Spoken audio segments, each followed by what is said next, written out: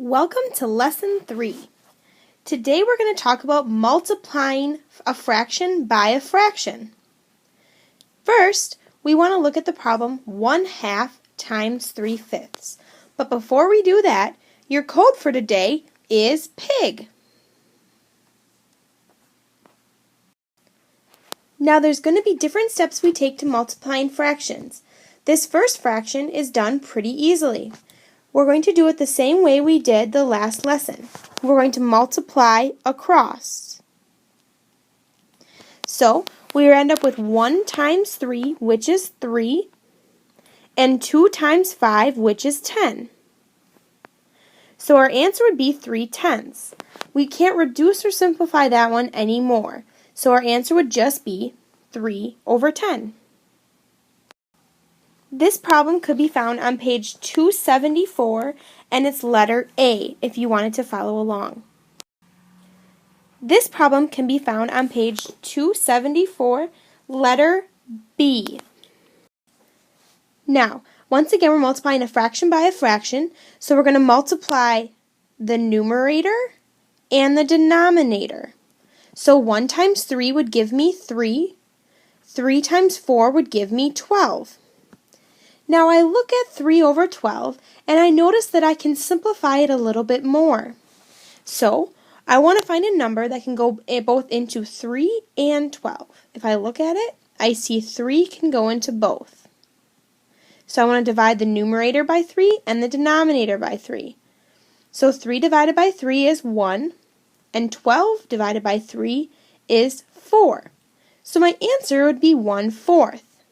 Now, I ask you to look at the problem one more time. Now, there's an easier way to simplify this problem before you get to the end. So I look at the problem 1/3 times 3/4. I notice if I look at this 3 and this 3, I notice that they're exactly the same. Now, one thing about multiplying fractions is you can reduce them before you multiply. So doing this, if I wanted to reduce it, I would reduce this 3 to 1 and this 3 to 1 because I'm dividing 3 by 3.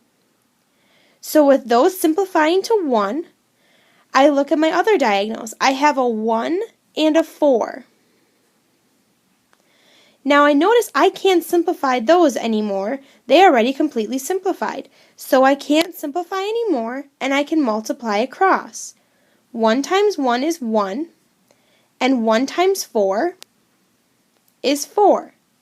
Notice I get the same answer. This way is the easier way. It may seem confusing, so make sure you ask questions in class if you have questions. We'll do one more example of it. Now, when I look at this problem, I see 5/6 times 9/10. I know this is a fraction times a fraction, so I want to see if I can simplify or reduce them before I multiply. So, I look at 5/6. I notice I can't reduce that. So I look at 9/10. Once again, 9/10 is simplified. So now I can look at the diagonals. I can look at 5 and 10. Is there a number that goes both into 5 and 10? Well, I know 5 can go into both. 5 divided by 5 is 1, and 10 divided by 5 is 2. Now I can look at the other diagonals. I have a 6 and 9. Well, looking at 6 and 9, is there a number that I can put into both of them to simplify it? Well, looking at it, I know I can put 3 into both. 6 divided by 3 is 2. And 9 divided by 3 is 3. So I can simplify them. Now looking at this, my last step is just to multiply across once it is completely simplified. So 1 times 3 in the numerator gives me 3, and 2 times 2 in the denominator gives me 4. So my answer would be 3/4. Now, if I were to do this and not simplify it before, I would get 5 times 9 in the numerator, which is 45, and 6 times 10 in the denominator, which is 60. Now, would you rather simplify 45 over 60, or would you rather simplify the way we did earlier?